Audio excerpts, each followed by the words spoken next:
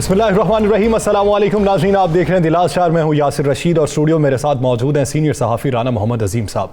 नाज़रीन, आज का दिन यौम पाकिस्तान तजदीद अहद वफ़ा का दिन था और आज के दिन मरकज़ी तकरीब सजाई गई शक्करपड़ियाँ परेड ग्राउंड के अंदर, जहाँ पर असलहे की नुमाइश की गई, रियासती असासों की नुमाइश की गई। मुल्क के तमाम बड़े जो थे वो उस परेड ग्राउंड में मौजूद थे। उसके साथ साथ वज़राए ख़ारजा, मुबस्सरीन जो दूसरे ममालिक से आए थे वज़राए ख़ारजा काउंसिल इजलास में शिरकत के लिए, वो भी वहाँ पर मौजूद थे।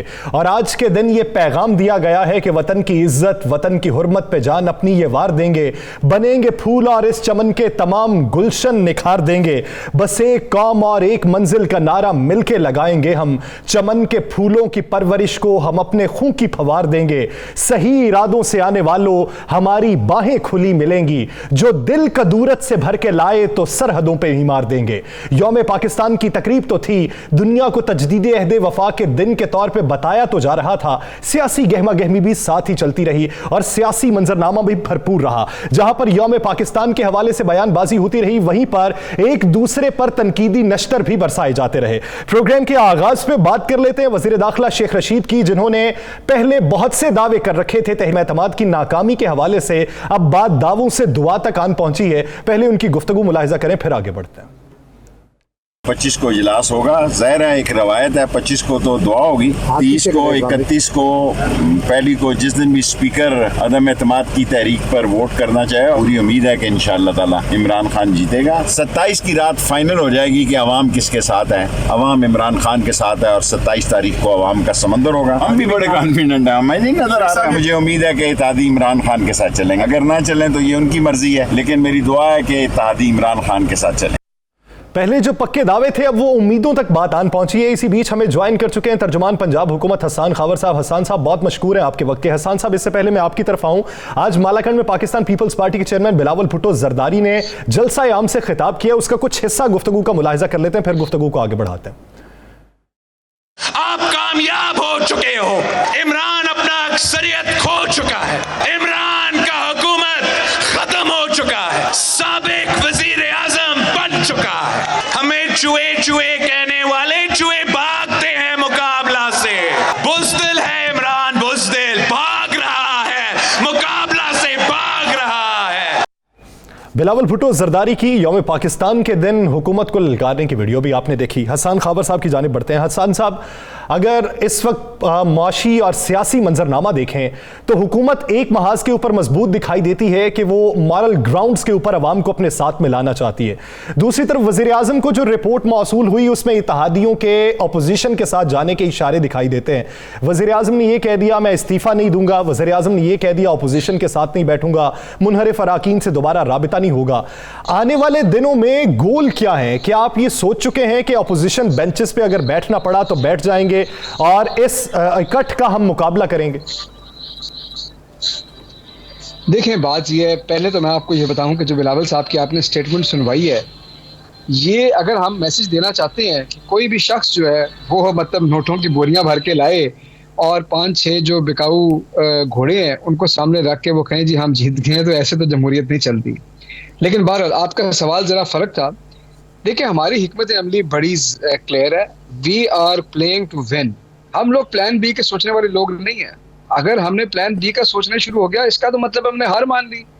हम तो जंग लड़ रहे हैं जीतने के लिए और तीनों महाजों पे लड़ रहे हैं। पार्लियामेंट में भी लड़ेंगे इंशाल्लाह वोट के जरिए, पार्लियामेंट के बाहर भी लड़ेंगे इंशाल्लाह अवाम की ताकत के जरिए, और अदालत भी गए हैं आईनी और कानूनी मदद के लिए। तो हर जगह पे जो है ये हमारा महाज इंशाल्लाह हम जीतेंगे। हसन खावर साहब, आपने कहा कि हर जगह आप इस महाज को जीतेंगे। आज वज़ीर आज़म साहब ने यह भी कह दिया कि मैं हुकूमत छोड़ने के लिए भी तैयार हूँ, ये लफ्ज़ भी अदा किए। ज़हनी तौर पर अगर आप समझते हैं कि आप जीत गए हुए हैं, फिर हुकूमत छोड़ने की बात क्यों? नहीं, देखिए, बात ये है, वो तो उन्होंने कॉन्टेक्स्ट के अंदर बात की है। उन्होंने ये भी तो कहा है कि मैं रिज़ाइन नहीं करूंगा। उन्होंने बड़ा क्लियर मैसेज दिया है कि मैं आखिरी बॉल तक लड़ने वाला खिलाड़ी हूं, और इसी तरह एक जीतने वाले पॉलिटिशियन को, एक लीडर को, एक स्पोर्ट्समैन को बिल्कुल इसी स्पिरिट के साथ आगे बढ़ना चाहिए। उन्होंने बड़ी क्लियर बात की है। हुकूमत छोड़ने का मतलब ये है कि अगर हमें हुकूमत से अलग होना पड़ा आईनी तौर पर, तो हम जो अपनी जंग है एहतसाब की, मौरूसी सियासत के खिलाफ वो नहीं छोड़ सकते। उनको कोई इक़्तिदार की लालच नहीं है, लेकिन उन्होंने बात बड़ी क्लियर किया है कि वो रिज़ाइन किसी सूरत ना करेंगे, ना कोई ऐसी ऑप्शन पे गौर हुआ है, ना करेंगे, ना ही कोई ऐसा फैसला होगा। हसन साहब, आप कहते हैं स्पोर्ट्समैन स्पिरिट का मुजाहरा कर रहे हैं वो, दूसरी जानिब कमर जमान कायरा साहब का आज मौक़िफ़ ये है कि ये स्पोर्ट्समैन स्पिरिट नहीं है, हठधर्मी होती है कि जब आप देखना शुरू हो जाएं कि आप मैच हार रहे हैं तो स्पोर्ट्समैन स्पिरिट के तौर पे आपको मान लेना चाहिए कि हाँ हार हो गई, फिर एक नए अज़्म के साथ मैदान में उतरना चाहिए। देखिए, स्पोर्ट्समैन स्पिरिट ये है कि हमने तीनों फील्ड्स का मैंने आपसे जिक्र किया है, हमने मुकाबला करना है। पार्लियामेंट के अंदर करेंगे, वोटिंग कराएंगे, वोटों से फैसला होगा, लेकिन ये भी तो फैसला करना है जाकर कि क्या इस मुल्क के अंदर वो जो 90 का भयानक ख्वाब हमारी ऑपोजिशन दोबारा जिंदा कर रही है और बदतरीन तरीके से जिंदा कर रही है, क्या ये रास्ते खोल देने हैं? क्या ये मुल्क अब हॉर्स ट्रेडिंग की अमाजगा बन जाएगा? फिर तो जिस शख्स के पास सबसे ज्यादा पैसे होंगे वो बोरियां भर के लाएगा, पूरी पार्लियामेंट खरीदने की बात करेगा, उसके आगे भी बंद बांधता है। और तीसरी बात यह है कि जिस दिन इन्होंने तहरीक अदम एतमाद फाइल की, पीपल्स पार्टी अपना नन्ना मुन्ना मार्च लेके आई ना, तो ये हमारा दिखाना हक नहीं है कि अवाम किसके साथ है और अवाम की सपोर्ट किसके साथ है। और खान साहब के जलसों ने ये बात वाजे कर दी है, तो ये भी हमारा हक है, जमहूरी हक है हमारा। हसन हावर साहब, एक बात बताइएगा, पंजाब में आप लोग दावा करते हैं कि आपने रिकॉर्ड तरक्याती काम करवाए, जनूबी पंजाब की महरूमी को ख़त्म किया, जनूबी पंजाब में बेइंतहा काम कराए, मगर इसके बावजूद जो सबसे ज़्यादा बेवफाई आपके साथ जिन अरकान असम्बली ने की, उनका तलक भी जनूबी पंजाब से है। क्या आप क्या समझते हैं कि आपकी ग्रिप नहीं थी और वो जो नाराज़ होकर वो चले गए हैं, नाराज़गी का इजहार भी करते हैं, कहते हैं हमारे रंगों में तरक्याती काम नहीं हुए, दीगर शिकवे शिकायत करते हैं, तो क्या पंजाब में गिरफ्त नहीं थी? क्या मामला हुआ? राणा साहब, शिकवे शिकायत तो सियासत में होती हैं, ठीक है, और वो अंग्रेजी में कहते हैं कि you can make some people happy all the time और you can make all the people happy some of the time, लेकिन you can not make everyone happy all the time. ठीक है, ये तो बड़ी क्लियर बात है। नाराजगी, शिकवा शिकायत सियासत का पार्ट है, होती है, हम लोग उनसे राब्ते में भी हैं और हमारी कोशिश ये है कि मुशावरत से, बातचीत से उनके मसाइल हल कर लें। तरक्याती कामों के हवाले से ये बात आपकी बिल्कुल ठीक है। इस वक्त पंजाब का जो तरक्याती बजट है वो रिकॉर्ड सदा के ऊपर है। सोचा नहीं था किसी ने कि इतना बड़ा तरक्याती पैकेज दिया जाएगा। आज जनूबी पंजाब के लिए जितना काम हुआ, पैसे रिंग फेंस किए गए, जितना काम वहाँ भी हुआ, जिलाई तरक्याती पैकेज 360 अरब का वो अपनी जगह पे है। 400 अरब रुपया सेहत कार्ड सारा दुरुस्त के बावजूद जनूबी पंजाब क्यों नहीं आपके साथ? वहाँ के अरकान असम्बली जो हैं वो अक्सरियत, जो चाहे वो किसी भी ग्रुप में हो, चाहे वो किसी भी ग्रुप में हो, आपके साथ क्यों नहीं? नहीं, देखिए ऐसा नहीं, जनूबी पंजाब हमारे साथ है, जनूबी पंजाब के सियासतदान भी हमारे साथ है, अवाम भी है। ये बात आपकी ठीक है कि कुछ नाराज अरकान का ताल्लुक वहाँ से जरूर है, लेकिन इसका कहने का ये मतलब नहीं हो सकता कि जनूबी पंजाब हमारे साथ नहीं है। जनूबी पंजाब में तो हमने सबसे ज्यादा काम किया है। कुछ अरकान ऐसे हैं, क्योंकि तरीन साहब का भी थे, ये वो ग्रुप था, वो सारी बात अपनी जगह पे है, लेकिन मैं उसको जनूबी पंजाब की महरूमी नहीं समझता। उन्हीं महरूमियों को अजाला तो हमारी हुकूमत ने किया है, तो इन दो बातों को जोड़ना शायद सही नहीं है, लेकिन इन दोनों को आप अलग अलग देखेंगे तो दोनों का जवाब है। हसन साहब, अहमद हुसैन डेहर साहब ये कहते हैं कि मेरा मुतालबा ये था कि जनूबी पंजाब का आपने जो सेक्रेटेरिएट बनाया उसे फ़ाल किया जाए, आपने तमाम तर इख्तियारात तख्ते लाहौर में रख दिए।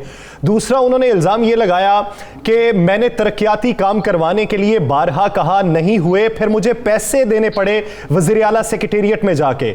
उनसे पूछा गया कि किसको दिए, वो कहते खान साहब मेरे सामने बैठे, मैं उनको बताऊंगा और मैं अपने पैसों की वापसी का मुतालबा कर रहा हूं। अब आपके अपने अरकान ऐसे इल्ज़ाम लगाएं तो फिर कहां जाएंगे?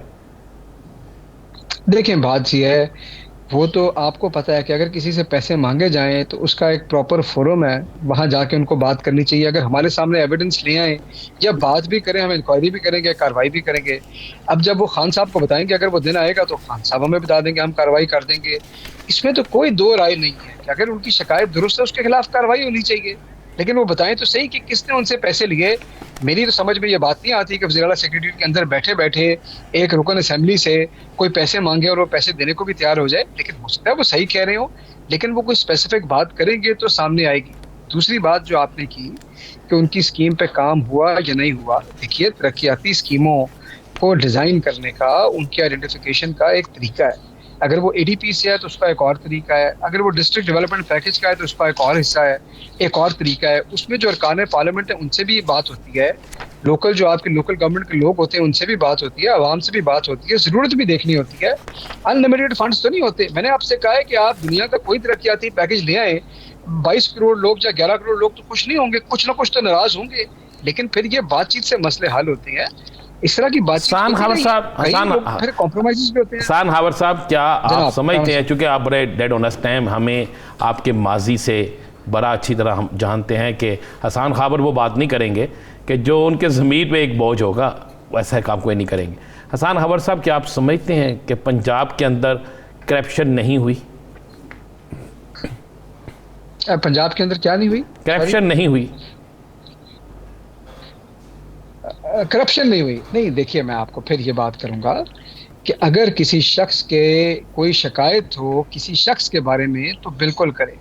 देखिए करप्शन तो किसी ना किसी लेवल के ऊपर, पेटी करप्शन ये वो, आप पंजाब में 11 करोड़ अवाम है, बहुत ज़्यादा अफसरान है, आप किसी की गारंटी तो नहीं दे सकते कि किसी शख्स ने किसी को 1 रुपया भी नहीं दिया। अगर मैं कहूँगा तो गलत कह रहा हूँ, लेकिन बात हो रही है इंस्टीट्यूशनल करप्शन की, बात हो रही है कि एक रजीम के अंदर करप्शन हुई कि नहीं हुई।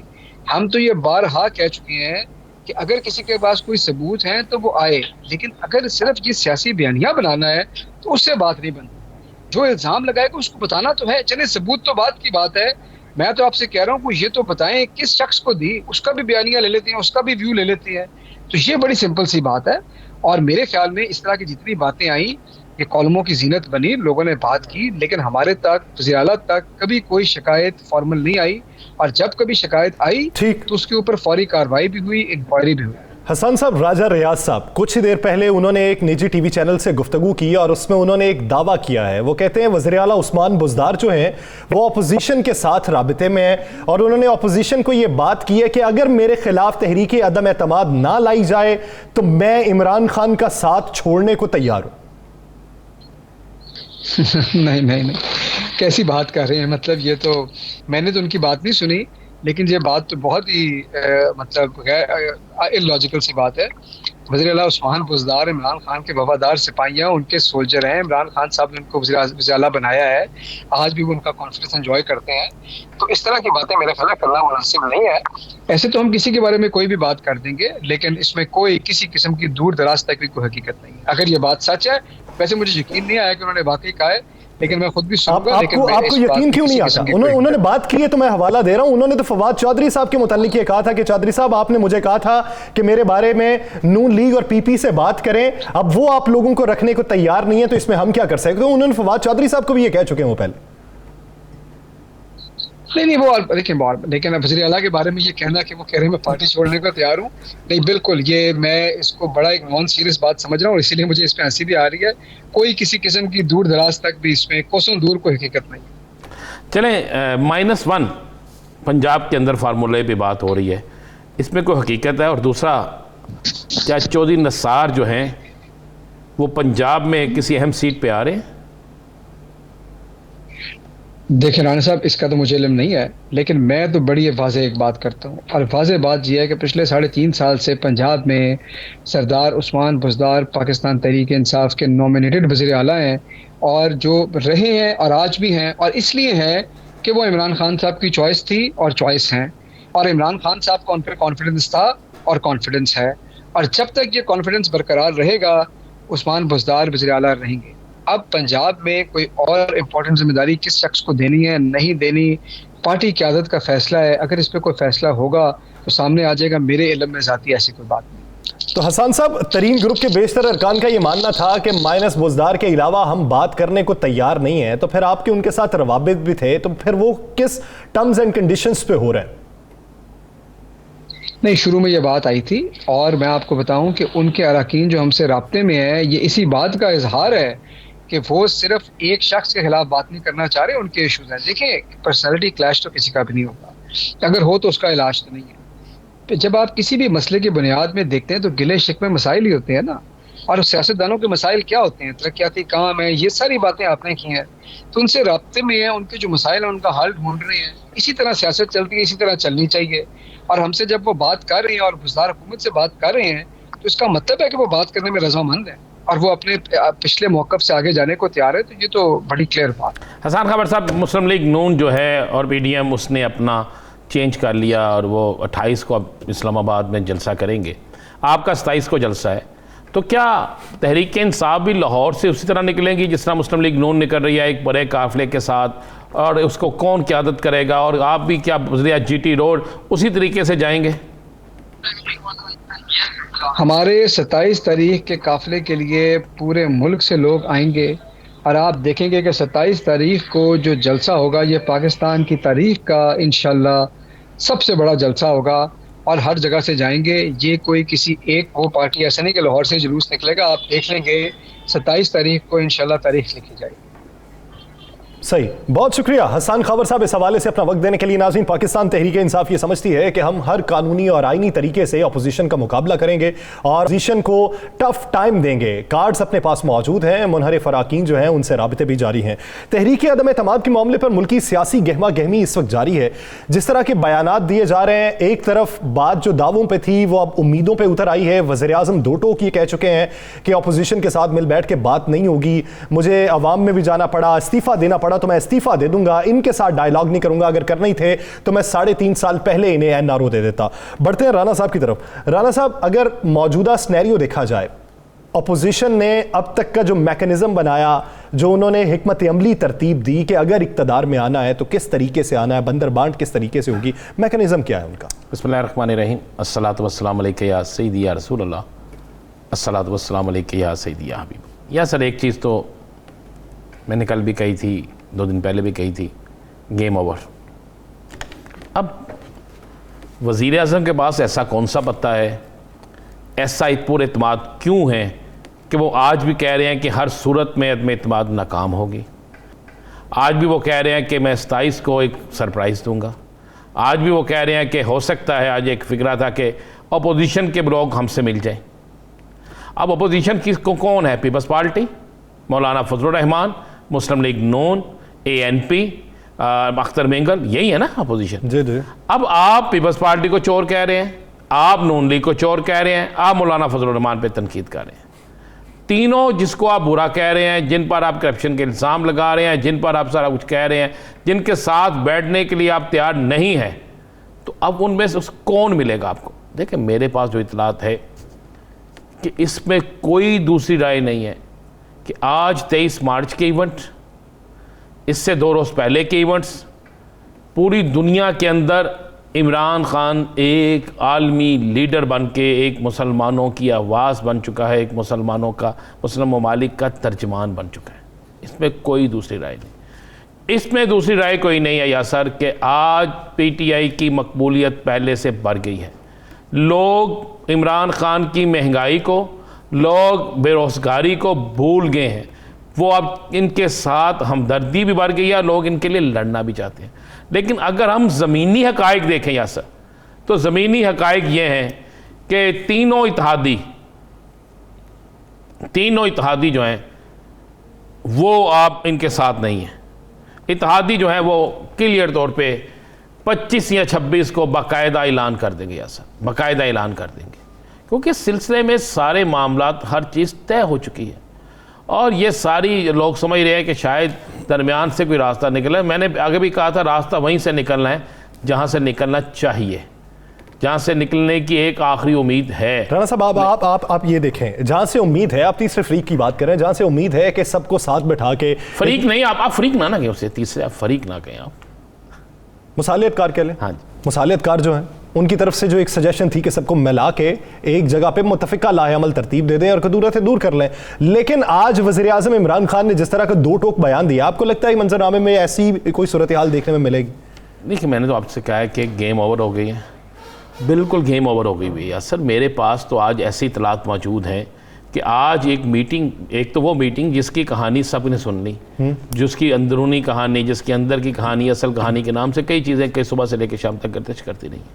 मेरे पास तो आज ये यहाँ तक खबर है कि तहरीक इंसाफ के एक पंजाब के, मैं पहले भी इशारा दे चुका हूँ, और 3 और, एक पंजाब का बड़ा और 3 वफाक में बैठे 3 बड़े जो हैं, उन्होंने आज आपस की एक गुफ्तगू में ये बात कही है कि अब हमें भी अपने सियासी मुस्तकबिल का फ़ैसला करना होगा। मैं ये एक लफ्ज़ कह रहा हूँ कि हमें अपने सियासी मुस्तकबिल का फ़ैसला करना होगा, क्योंकि अब हमारी बारी ख़त्म हो गई है। अब हमारी बारी ख़त्म हो गई है, ये लफ्ज़ आखिर यार सर, अब मुझे जो मेरे पास जो इतलात हैं, वज़ीर आज़म के पास एक पत्ता ज़रूर है, उसका हम इशारा दे चुके हैं। अगर वो पत्ता मौके पे चल गया तो फिर हो सकता है बहुत से लोग, बहुत सी चीज़ें अचानक तब्दील हो जाए, लेकिन उस पत्ते को नाकाम करने के लिए या उस प्रेशर को नाकाम करने के लिए या वज़ीर आज़म के प्रेशर को नाकाम करने के लिए एक नई प्लानिंग जो अपोजिशन ने बनाई है, ये जो आपको क्या नज़र आ रही है 28 तारीख को जो अपोजिशन आ रही है 27 की बजाय, तो ये 28 को आप क्या एक दिन बाद क्यों आ रहे हैं? वो एक दिन बाद आने का असल मकसद क्या है? इसी प्लानिंग पे एक ब्रेक के बाद बात कर लेते हैं। नाज़रीन, ब्रेक पे जाना है, ब्रेक के बाद वापस आएंगे और देखेंगे ऑपोजिशन की प्लानिंग क्या है, ऑपोजिशन क्या सोच विचार कर रही है और हुकूमत को टफ टाइम किस तरीके से देगी। कहीं नहीं जाएगा, स्टे विद अस।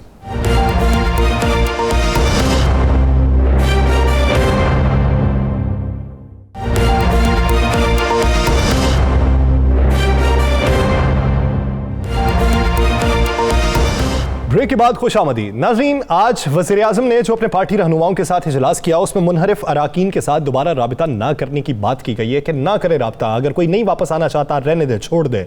और वज़ीर आज़म को हुकूमती मुज़ाकराती टीम ने जो इशारे दिए हैं, जो इंदिया दिया है कि इत्तेहादी अब हमारे साथ नहीं रहे, कौन कौन से इत्तेहादी हैं जो साथ नहीं रहे? क्या तमाम के तमाम अपोजिशन की तरफ चले गए या अभी भी कोई इत्तेहादी साथ में है? दूसरा, चौधरी निसार अली खान से मुलाकात के हवाले से वज़ीर आज़म इमरान खान ने जो बात की और फिर ये कहा कि फैसला चौधरी निसार ने खुद करना है, उससे क्या इशारे मिलते हैं? राना साहब की तरफ बढ़ते हैं। राना साहब, सबसे पहले बात यह कि अदम एतमाद के हवाले से हुकूमत सोच क्या चुकी है? आप ये कहते हैं कि प्लानिंग अपोजिशन की प्लानिंग पे तो बाद में आ जाएंगे, हुकूमत की प्लानिंग क्या लगती है?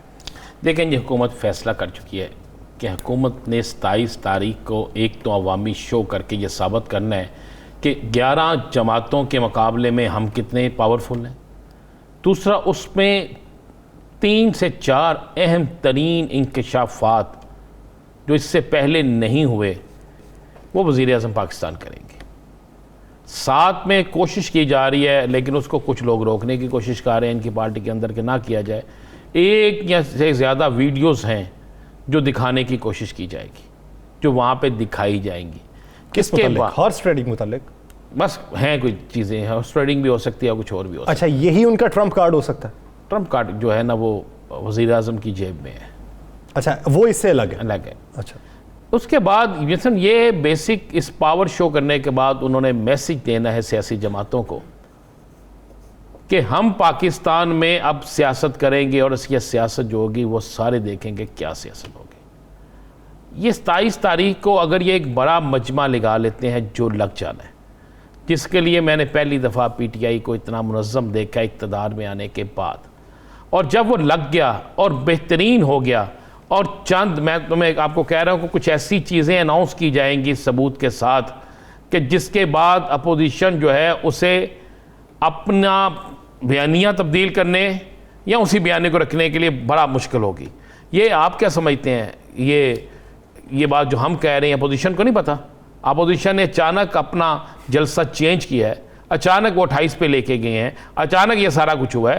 पहले वो 24 को दाखिल हो रहे थे। इस पे आगे चल के बात कर लेंगे इस पे, लेकिन हुकूमत की अगर बात करें, आप क्या समझते हैं वज़ीर आज़म इमरान खान अपना जो ट्रम्प कार्ड है वो अपने वफाकी वज़रा जो करीबी रफ़ीक हैं उनके आगे भी नहीं शो कर रहे? कैबिनेट के अंदर कुछ लोगों पे आपको एतमाद नहीं होता, ठीक है, आप नहीं शो करते, क्या आप ये समझते हैं कि कोई एक शख्स ऐसा है जिसे पता होगा वज़ीर आज़म के पास ट्रम्प की कार्ड क्या है, या फिर वज़ीर आज़म तमाम लोगों से अपना एतमाद उठा चुके हैं? एतमाद की बात नहीं है यासर, आप तो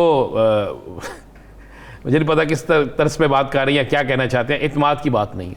हमेशा कैप्टन जो होता है ना, जो टीम का कैप्टन होता है, वो एक ऐसी चीज़ अपने पास रखता है, उसे पता होता है कि मैंने किस वक्त किस जगह क्यों, किसी पे बेतमादी नहीं होती। मामला ये होता है कि क्या ये मेरा जो पत्ता है जो मैंने शो करना है, ये पत्ता मेरे साथी किसी और से डिस्कस ना कर दें, मेरे साथी वक्त से पहले शायद उस चीज़ को सामने ना ले आएँ और किसी ना किसी जगह को गुफ्तगू न कर दें। ये वज़ीर आज़म के अलावा किसी को नहीं पता, और वो जो पत्ता है शायद मैं भी नहीं बता सकता, जिसकी शुनीद है। और दूसरी मैं आपको एक बात बड़ा क्लियर बता दूँ, जो लोग कह रहे हैं ना शायद वो तर्क का पत्ता चौधरी निसार है, नहीं भाई, या असल मैं बता दूँ, चौधरी निसार साहब आइंदा इलेक्शन आज़ाद लड़ेंगे और चौधरी निसार साहब आइंदा इलेक्शन एक सीट पे खुद लड़ेंगे, एक पे उनका बेटा लड़ेगा। चौधरी निसार की टोटल हमदर्दियाँ ज़रूर इमरान खान साहब के साथ हैं, लेकिन उन्होंने अपने करीबी रफ़क़ा को ये बात कही है कि मैं इस पोजीशन में, इन हालात में किसी सूरत में भी अब मैं एक सियासी खुदकशी करना नहीं चाहता कि मुझे लोग ये कहें कि तुम इक़्तिदार के लिए, मैं ये लफ्ज़ कह रहा कि इक़्तिदार के लिए तुम किसी के साथ चले गए, ये बिल्कुल क्लियर है। चौधरी निसार साहब अपनी वज़ादारी की वजह से ऐसा कहते हैं कि अगर मैं पीटीआई के साथ चला गया तो हो सकता है मेरे करीबी हल्के मुझ पर बात करना शुरू कर दें, इस वजह से वो मार खा रहे हैं। नहीं, इस वजह से नहीं, वो कह रहे हैं कि मैं कभी भी ज़िंदगी में इक़्तिदार के लिए किसी के साथ नहीं किया। उन्होंने कहा अब ये शोर मचा हुआ है कि मैं वज़ीर आला आ रहा हूँ, मैं ये बन रहा हूँ, मैं ये बन रहा हूँ। उन्होंने कहा जी मैं असम्बली में जाता हूँ और कोई पीछे से ये कह देता है कि ये लोटा या वैसा लफ्ज़, तो मैंने तो पूरी ज़िंदगी अपनी इज़्ज़त कमाई है, तो मैं ये काम नहीं करूँगा। मैं उस वक्त में ज़रूर किसी सियासी जमात के साथ जा सकता था अगर वो अपोजिशन में होती और उसको मुश्किल वक्त होता तो मैं ज़रूर जाता। उन्होंने वाज़ेह कहा, उन्होंने कहा मैंने मियाँ नवाज शरीफ को कभी नहीं छोड़ा था, मुझे मियाँ नवाज शरीफ ने छोड़ा है। तो मैंने हर मुश्किल वक्त फिर इसमें क्या कबाहत है कि अगर पाकिस्तान तहरीक इंसाफ की हुकूमत चली जाती है, अगले जनरल इलेक्शन होते हैं, तो पीटीआई के साथ क्यों नहीं खड़े होंगे? उसके वक्त उन्होंने उस पर उन्होंने बिल्कुल कहा कि जब वो हालात आएंगे तो उस पर पीटीआई को सख्त फैसले करने पड़ेंगे जो शायद पीटीआई सख्त फैसले ना कर सके। लेकिन उस पर पीटीआई को वाकई सख्त फैसले हैं। चौधरी निसार के जो मुखालिफ हैं इस वक्त एक बाकायदा वज़ीर हैं और वो किसी सूरत में भी देखें ये होगा, चौधरी निसार साहब आएंगे तो कुछ लोग चले जाएंगे, सही, और चौधरी निसार साहब नहीं आएंगे तो वो पार्टी में रहेंगे। तो कुछ फैसले जिस तरह आज इमरान खान साहब ने कहा चौधरी निसार साहब को करने हैं, तो कुछ फैसले इमरान खान साहब को भी करने हैं।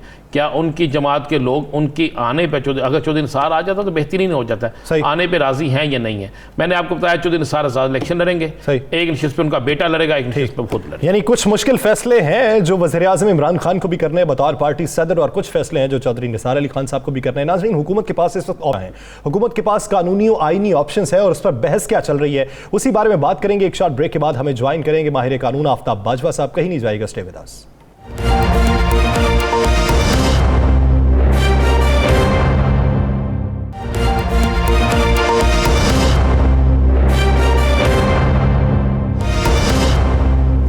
ब्रेक के बाद खुशामदी। नाज़रीन, हुकूमत वक्त जो है वो अपोजिशन को टफ टाइम इस तरीके से दे सकती थी कि उसके अपने अराकीन भी उसके साथ रहते और इत्तेहादी भी साथ रहने का इशारा देते और वादा करते।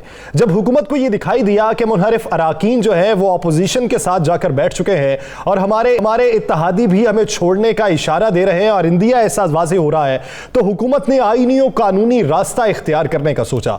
जब हुकूमत ये सोच रही है तो अपोजिशन ने भी इसी महाज के ऊपर तैयारी कर ली कि अवाम में तो हम जा ही रहे हैं, हुकूमत के बंदे भी हमने तोड़ लिए हैं, हुकूमत को तहरीक अदम एतमाद में भी हम टफ टाइम देंगे, लेकिन कानूनी रास्ता हम भी इख्तियार करेंगे। तो दोनों तरफ से जो पार्लियामेंट से बात अदालत तक जान पहुंची है और बेशतर आर्टिकल्स की तशरीह के ऊपर बात हो रही है, तो इसी बारे में बात करने के लिए हमें ज्वाइन किया माहिर आफ्ताब बाजवा साहब ने। बाजवा साहब, बहुत मशकूर है आपके वक्त के। बाजवा साहब, स्टेप बाय स्टेप बात करेंगे। सबसे पहले बात कर लेते हैं इजलास को ताखीर पे बुलाने के हवाले से अपोजिशन के मौकिफ पे। अपोजिशन ये कहती है कि आइन से इनहराफ किया स्पीकर कौमी असम्बली ने। आप क्या समझते हैं कि क्या मखसूस हालात होने के नतीजे में स्पीकर के पास इस बात का इस्तेहकाक है कि वो किसी भी इजलास को कुछ दिन ताखीर का शिकार कर दे? देखिए, असेंबली रूल्स का 37 है जिसमें बहुत वाज़ेह लिखा हुआ है कि सिर्फ इजलास बुलाने की हद तक लिखा गया। ये नहीं लिखा गया कि 7 दिन के अंदर आप इजलास जरूर बुलाएंगे, ये नहीं। वहाँ को जो डेट देंगे उसके आगे जाके 7 दिन, ये जिक्र नहीं है वहाँ पे। जहाँ पे एम्बिग्यूटी हो, जहाँ पे कोई थोड़ा सा भी हो तशरीह की जरूरत हो, तो वो अदालत उसकी तशरीह करती है। जिस पे कल 2 दिन पहले जो है सुप्रीम कोर्ट ने ये वाज़ेह कर दिया है कि जो मामलात स्पीकर के हैं वो असेंबली के अंदर ही हल किए जाएं, असेंबली के अंदर ही हल होने चाहिए और वहीं पे इस पॉइंट को उठाया जाए। लिहाजा मैं ये समझता हूँ कि क्योंकि आइन जो बात कहता है उसमें कोई वक्त का तयन नहीं किया गया, सिर्फ 7 दिन में उन्होंने कहा जी आप बुलवाएं। अब उसके बाद साथ एक और थोड़ी सी तशरीह कर दी गई है, अगर कोई ऐसे हालात पैदा हो जाएं जो ये स्पीकर समझे कि अब इन हालात में इजलास होना जरूर जो है वो लाजमी नहीं है, चाहे कितनी भी बड़ी बात हो। अब देखें, OIC की मीटिंग बहुत इंपॉर्टेंट है, इसलिए मैं समझता हूं कि उन्होंने स्पीकर साहब ने अपनी रीजंस में ये बता दिया है कि क्योंकि ओआईसी का इजलास हो रहा है, हमें सिक्योरिटी के प्रॉब्लम भी हैं, वहां पे रेंजर्स के हवाले कर दिया गया है, वजारत खारजा उसकी इंचार्ज है। अब वजारत खारजा इजाजत नहीं दे रही इजलास करने की, तो ये भी वो हालात हैं जिनको इस्तेमाल करते हुए स्पीकर साहब ने देखते हुए इसको 25 तारीख के लिए फिक्स किया है। जी बाजवा साहब, पूरी कौम की कल निगाहें जो होंगी वो पाकिस्तान की सबसे सुप्रीम अदलिया जो है सुप्रीम कोर्ट उस पर होंगी। कल से हेयरिंग शुरू हो रही है और उसमें वफादारियाँ तब्दील करने वाले अरकान के ख़िलाफ़ एक हक़ में या ख़िलाफ़ या तशरीह 63A की जो भी होगी उसके हवाले से फ़ैसला होगा।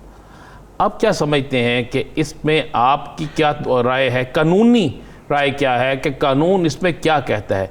क्या इस पे अगर स्पीकर अगर ये बात स्पीकर तक चली जाती है और स्पीकर उनको वोट कास्ट नहीं करने देता तो उस सूरत में क्या है? और अगर इसी दौरान में इजलास भी हो जाता और अदालत आलिया से फैसला नहीं आता तो इस दौरान में कानूनी राय क्या, कानूनी अहमियत क्या होगी? देखिए, इस वक्त मामला जो है अदालत के पास ज़ेर समाअत है। जब तक को मामला अदालत के पास ज़ेर समाअत होता है उस वक्त तक ये इजलास जो है मैं समझता हूँ ये 25 तारीख को वो बुलवाएंगे, लेकिन शायद डेट ना दें और इंतज़ार करेंगे कि सुप्रीम कोर्ट क्या फैसला करती है, क्योंकि इससे पहले भी ऐसे ही जो हॉर्स ट्रेडिंग के ऊपर जजमेंट्स आ चुकी हैं। राणा साहब, आपको याद होगा कि जब ये जाली डिग्रियों वाला मामला चल रहा था तो उस वक्त मैंने एक आमर यार वारन पीपल्स पार्टी के मिनिस्टर थे, उनके खिलाफ केस किया था सुप्रीम कोर्ट में। जो पहला केस आया था जाली डिग्री पे, सबसे पहले आपको 63 जो है उसका 1 से पहले आपको देखना होगा कि 61F को कोई शख्स सादक और अमीन भी है कि नहीं है, वोट देने के काबिल है या नहीं है, पहले ये डिटरमिन होगा। पहले इसको डिटरमिन करने के बाद फिर बात आगे चलेगी। एक शख्स एक पार्टी से वोट लेता है, फिर उसी से मुनहरफ हो जाता है और फिर कहता है कि नहीं जी मुझे फलां पार्टी ने वादा कर लिया है टिकट देने का, और कुछ पैसों का भी जैसे सुन रहे हैं, बहुत सारे मार्केट गर्म है इस वक्त, मुख्तलिफ अफवाहें, कितना बताता है कितना बताता है। बात जो है वो अब पूरी नेशन देख रही है, गधे खच्चर घोड़े से आगे निकल चुकी है। माफी चाहूंगा, ये लोग वो हैं, हम इस्लामी जमहूरिया पाकिस्तान के शहरी हैं और इस आर्टिकल 2A और 227 कहता है कि ऐसे तमाम वो काम या दूसरे जो गैर इस्लामी होंगे वो गैर कानूनी होंगे। ये बाजवा साहब, यहाँ पे सवाल ये बनता है कि हॉर्स ट्रेडिंग के आपके पास सबूत ना हो, सिर्फ इल्जामात हों और जमीनी हकाइक में सिर्फ आप बात कर सकते हो कि वो वहां पे मौजूद था तो उसने पैसे लिए होंगे। आप जब तक साबित नहीं कर सकते उस ज़मन में कानून क्या कहता है? देखिए, एक है लफ्ज कत्ल, किसी को कत्ल कर देना, सही। एक है इरादा कत्ल, सही। इरादा कत्ल का वो भी एक जुर्म है। अब देखिए, इरादा जो है वो करके वो प्रेस को अपने इंटरव्यू दे चुके हैं कि हम जो है टिकट ले चुके हैं या हमारी डील हो चुकी है नून लीग से या पीपल्स पार्टी से, जिससे भी डील हुई है, ये बात तो इकरार कर चुके हैं।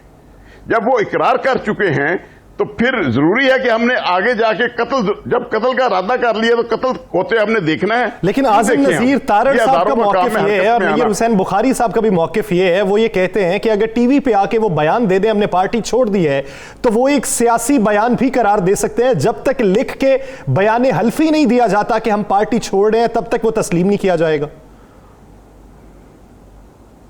मैं आज़म नज़ीर तारड़ साहब और दूसरों से माफी चाहता हूं। उनको चाहिए कि आर्टिकल 164 कानून शहादत पढ़ रहे हैं जिसमें मॉडर्न डिवाइसेस का लफ्ज इस्तेमाल हुआ है। जो एक जज साहब थे नायब के, जिनकी इन्होंने वीडियो चलाई, उस पर बहुत बड़ी सुप्रीम कोर्ट की जजमेंट भी आई थी। ऑडियो देखें, वो मॉडर्न डिवाइसेस जो होती हैं वो भी एक एविडेंस है। अब ये जो टीवी पे इंटरव्यू दे दिया उन्होंने, एंकर्स को इंटरव्यू दे दिया, वो एक रिकॉर्ड का हिस्सा है, वो उनका कन्फेशन है, वो इकरार जुर्म कर रहे हैं। कहते हैं हमने जनाब पार्टी तब्दील करके हमें टिकट का कहा गया है या हमें कुछ लेन देन, जो भी वो कह रहे हैं वो इकरार जुर्म है उनका। उसके बाद ऐसा शख्स जो अपना दीन ईमान न रखता बाजवा हो, साहब, जो अपना बाजवा साहब अपने पार्टी के बाजवा साहब, हम कहते हैं जमहूरियत, और जमहूरियत में तो हुस्न ये है कि आप जिससे इख्तलाफ करते हैं उसका खुल के उस पर इख्तलाफ करें, अपनी राय दें।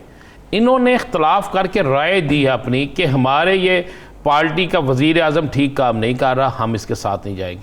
तो जमहूरियत की तशरीह तो यही है, तो फिर से हॉर्स ट्रेडिंग किस तरह हम कहेंगे? राणा साहब, आप 63(1) को भी पढ़ लीजिए, वो आईने पाकिस्तान का आर्टिकल है, उसमें वाज़ेह तौर पे ये बात लिखी गई है कि किन किन जो है मामलात, उनमें आप पार्टी की खिलाफ वर्जी नहीं कर सकते। जब इन्होंने इलेक्शन लड़ा था तो उस वक्त भी आइन मौजूद था, उस वक्त आइन के ये पाबंद थे जब इन्होंने इलेक्शन लड़ा था। अब ये कहना कि वो शख्स ये कहता है कि जी मैं ये करूंगा, वो करूंगा, वो करूंगा, मुल्क के लिए जो बेहतर है वो करूंगा, वो नहीं होगा। यहां पे मामला है इस वक्त अदम एतमाद का। पहले अगर इनको एहतराम बाजवा साहब, 63A का मतलब ये है कि जब फ्लोर क्रॉसिंग हो जाती है तब ये साबित हो जाता है कि आपने फ्लोर क्रॉस कर लिया, तहरीक अदम एतमाद में आपने अपोजिशन का साथ दिया और हुकूमत वक्त का साथ नहीं दिया, आपने पार्टी से इनहराफ कर लिया, वो लागू तो तब होगा, उससे पहले भी ये लागू हो सकता है। और दूसरी बात ये कि ताहयात नाअहली के हवाले से जो बातें चल रही हैं, क्या ताहयात नाअहली इस पर लागू होती? जी मेरे भाई, मैं पहले ये बात बता चुका हूं। एक शख्स कहता है कि मैंने ए को कत्ल करना है, और अल्लाह कह रहा है, टीवी पे आके बैठ के कह रहा है, तो क्या उसको, क्या हमारे अदारे रोकेंगे नहीं कि भी आप नहीं करना? उसका भी, जिस शख्स को कत्ल करने जा रहे हो हम नहीं होने देंगे। देखें, वो बड़ा मला आके टीवी पे कह चुके हैं कि हमने पार्टी के खिलाफ वोट देना है, तो उस वक्त कानून मौजूद है कि आप वोट नहीं दे सकते। इन हालात में अदारों का काम है, स्पीकर का काम है, स्पीकर कस्टोडियन है उस वोट का, देखेगा कि ये किसके खिलाफ वोट देने जा रहा है। अगर वो पार्टी के खिलाफ देने जा रहा है तो उसका वोट काउंट नहीं होगा, और उस पे उसी वक्त जो है दफात लगेगी। कुछ बहुत सारी दफात हैं, पाकिस्तान पीनल कोड में भी हैं और इलेक्शन लॉज के अंदर भी मौजूद हैं। अच्छा बाजवा साहब, जरा आगे चलते हैं। आप सुप्रीम कोर्ट बार के सेक्रेटरी रहे और आपने सुप्रीम कोर्ट बार के बतौर सेक्रेटरी भी काम किया। उस वक्त आप वकला के लिए बात करते थे, आज़ाद अदलिया के लिए बात करते थे। अब सुप्रीम कोर्ट बार के इस मामले को, कि वो सुप्रीम कोर्ट बार गई है ना इस पे, अब पार्टी बनी है, तो क्या आप क्या समझते हैं कि सुप्रीम कोर्ट बार का पार्टी बनता था? आप इसको किस नजरिए से देखते हैं? देखिए, मैं सबसे पहले एक गुजारिश कर दूं, मेरी बहुत रिजर्वेशन है अपने सदर के बारे में। एक तो उसकी डिग्री ठीक नहीं है, मेरे साथ पढ़ता रहा है, मुझे पता है उसकी डिग्री किस तरह की है। दूसरा, वो थोड़े अभी कुछ अर्सा पहले ही लंदन से अपनी खिदमत तवाज़ो करा के आया है, और उसने जो नवाज शरीफ की ताहयात नाअहली के बारे में भी एक पिटीशन की। अब वो आ गया है कि ये ऐसे नहीं, ऐसे नहीं। भाई आप कौन हो? पार्लियामेंट का मामला है, ये तो अपने करीबी दोस्त के ऊपर बहुत संगीन इल्जामात लगा रहे हैं बाजवा साहब आप। मैं सब जो हक सच की बात है मैं करूंगा और करता रहूंगा। मैं भी एक रहा हूं सेक्रेटरी, मैं भी ओहदेदार रहा हूं सुप्रीम कोर्ट का। सुप्रीम कोर्ट बार का ये काम नहीं है कि वो सियासतदान सियासत में अपने आप को मुलवस करे और फिर वकला को भी सियासत में लेके आए। मैं पिछले दिनों भी कह चुका था, इन्होंने एक हड़ताल की कॉल दी थी, मैंने कहा नहीं, सुप्रीम कोर्ट का ये पाकिस्तान बार काउंसिल का और काउंसिलों का हड़ताल का काम नहीं है। हम सियासत में, हमें मत घसीटो, हम वकील अब सियासत में नहीं आएंगे। 2007 की जो रूल ऑफ लॉ की आप और साफियों के जरिए हमने जो तहरीक चलाई थी, उसका अशर आपके सामने खड़ा है। सब ने देख लिया है कि चौधरी इफ्तिखार ने हमारे साथ क्या किया है। क्या कुछ नहीं हुआ? क्या बेड़ा गर्क हमारा नहीं हुआ? वकला का रूल ऑफ लॉ को हमने बर्बाद कर दिया। बाजवा साहब, आप अकेले सेक्रेटरी, साबिक सेक्रेटरी, आप कह रही है किरदार नहीं है, इससे नहीं होना चाहिए। बाकी तो आप देखिए, आपके बाकी बड़े सीनियर तरीन जुम्मेदारान जो थे वो उस वक्त सुप्रीम कोर्ट में पेश हुए थे, सारा कुछ हुआ था। आपने संगीन तरीन इल्जामात भी लगाए हैं, और वकला जो है पाकिस्तान में जमहूरियत के जामन भी हैं, सारा कुछ है, तो फिर वकला क्यों ना बोले इस पर? भाई मैं वकला जो है कानून की बात करें, रूल ऑफ लॉ की बात करें, किसी सियासी पार्टी की हमायत ना करें, मैं ये कहता हूं। ये तो एहसन भून साहब को जब हमने प्रोग्राम में लिया था, उनका भी मौकिफ ये था कि मैंने किसी पीटीआई, पीपल्स पार्टी, पीएमएलएन के लिए बात नहीं की, मैंने तो कुली तौर पे बात की है कि कल को ये जो लागू कानून किसी और पे लागू ना हो, किसी और की हजीमत ना हो, किसी और के ऊपर ताहयात नाअहली ना हो, इसलिए हम सुप्रीम कोर्ट में गए। भाई मुझे एक बात बता दें, एक शख्स डिक्लेयर हो जाता है हाई कोर्ट से, सुप्रीम कोर्ट से, अदालत से कि ये मफरूर है, ये चोर है, ये डाकू है, ये इसने खबन का माल खाया हुआ है, या इस पे इल्जामात ये हैं कि इनकी टीटियां आ गई हैं अरबों रुपए की इनके नौकरों के नाम, तो अब हमने उन्हीं को मुंतखब करना है? क्या पाकिस्तान में कोई और लोग नहीं रह गए, लीडर नहीं रह गए जिनको हमने मुंतखब करना है? खुदा के लिए हमें इस्लामी जमहूरिया पाकिस्तान के शहरी रहने दो। अच्छा बाजवा साहब, मुझे ताहयात नाअहली के ऊपर बात करनी है। आप क्या समझते हैं उस केस के अंदर अगर कोई माजी की नजीर मिल जाती है तो उस केस पे असर क्या पड़ेगा। मुझे याद पड़ता है मंजूर अहमद खान काकड़ साहब जो सेनेटर हैं इस वक्त, वो पश्तूनख्वा मिली अवामी पार्टी के मेंबर थे और मेंबर सूबाई असम्बली थे बलूचिस्तान के। उन्होंने पार्टी वोट से इनहराफ किया, डी सीट हो गए, 2018 में वो डी सीट हुए और 2021 में वो सेनेटर बन गए बीएपी की सीट के ऊपर। क्या उस टर्म्स के लिए आप डी सीट करवा सकते हैं या फिर ताहयात नाअहल करवा सकते हैं? मेरे भाई, काश हमारे मुल्क में, अब देखें अफगानिस्तान के अंदर उन्होंने जनाब क्रेनों के ऊपर बंदे लटका दिए जिन्होंने कत्ल किए थे। अब वहां क्राइम रेशो 1% से नीचे आ गया है। काश हमारे मुल्क में यह होता कि चोरी डाकू करने वाले का हाथ काट दिया जाए, फिर हाथ कटे हुए बंदे को आप वज़ीर-ए-आज़म बनाना पसंद करेंगे? कोई बंदा पसंद नहीं करेगा, इसलिए उसका हाथ कटा है, पूरी दुनिया में पता चलेगा यह चोर है, जहां जाएगा वहां चोर चोर के नारे लगेंगे। तो यही लोग आप जो अपोजिशन में बैठे हैं एक दूसरे को चोर कहते थे। क्या शबाशी साहब ये नहीं कहते थे कि मैं जरदारी को सड़कों पर घसीटूंगा? क्या जरदारी साहब ये नहीं कहते थे कि मियां नवाज गली गली शोर है, मियां नवाज शरीफ चोर है? अब ये सारे चोर इकट्ठे होकर सिर्फ हुकूमत की तब्दीली चाहते हैं। भाई कुछ काम करना है, मुल्क के अवाम के लिए कुछ करो, अवाम के लिए निकलो।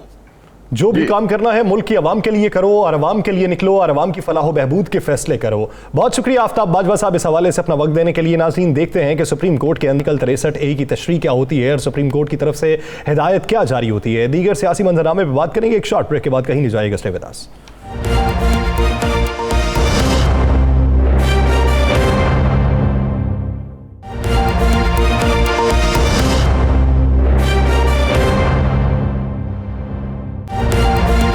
ब्रेक के बाद एक बार फिर से खुशामदीद। नाज़रीन, ब्रेक से पहले जिस तरह हम आफ्ताब बाजवा साहब से कानूनों आईनी निकात के ऊपर बात कर रहे थे, एक बार फिर बात कर लेते हैं सियासी मंजरनामे के ऊपर, अपोजिशन की प्लानिंग के ऊपर। अपोजिशन ने पहले जलसों का ऐलान किया, फिर उसके बाद तहरीक अदम एतमाद आ गई, फिर हुकूमत ने जलसे का ऐलान किया तो मुतबादिल में अपोजिशन ने भी कर दिया। अब अपोजिशन ने तारीख भी तब्दील कर दी है।